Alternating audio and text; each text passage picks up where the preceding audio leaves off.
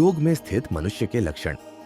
श्री भगवान ने कहा, जो मनुष्य बिना किसी फल की इच्छा से अपना कर्तव्य समझकर कार्य करता है वही सन्यासी है और वही योगी है। न तो अग्नि को त्यागने वाला ही सन्यासी होता है और न ही कार्यों को त्यागने वाला ही योगी होता है। हे पांडुपुत्र, जिसे सन्यास कहते हैं उसे ही तू योग समझ, क्योंकि इंद्रिय सुख की इच्छा का त्याग किए बिना कभी भी कोई मनुष्य योग को प्राप्त नहीं हो सकता है। मन को वश में करने की इच्छा वाले मनुष्य को योग की प्राप्ति के लिए कर्म करना कारण होता है और योग को प्राप्त होते होते सभी सांसारिक इच्छाओं का अभाव हो जाना ही कारण होता है।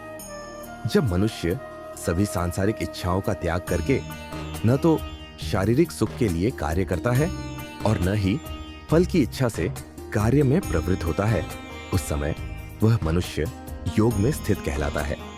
मनुष्य को चाहिए कि वह अपने मन के द्वारा अपना जन्म मृत्यु रूपी बंधन से उद्धार करने का प्रयत्न करे और अपने को निम्न योनि में न गिरने दे, क्योंकि यह मन ही जीवात्मा का मित्र है और यही जीवात्मा का शत्रु भी है।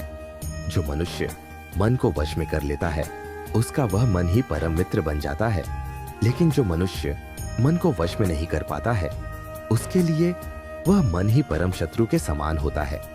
जिसने मन को वश में कर लिया है उसको परम शांति स्वरूप परमात्मा पूर्ण रूप से प्राप्त हो जाता है। उस मनुष्य के लिए सर्दी गर्मी, सुख दुख और मान अपमान एक समान होते हैं। ऐसा मनुष्य स्थिर चित्त वाला और इंद्रियों को वश में करके परमात्मा के ज्ञान द्वारा परमात्मा को प्राप्त करके पूर्ण संतुष्ट रहता है। ऐसे परमात्मा को प्राप्त हुए मनुष्य के लिए मिट्टी, पत्थर और सोना एक समान होते हैं।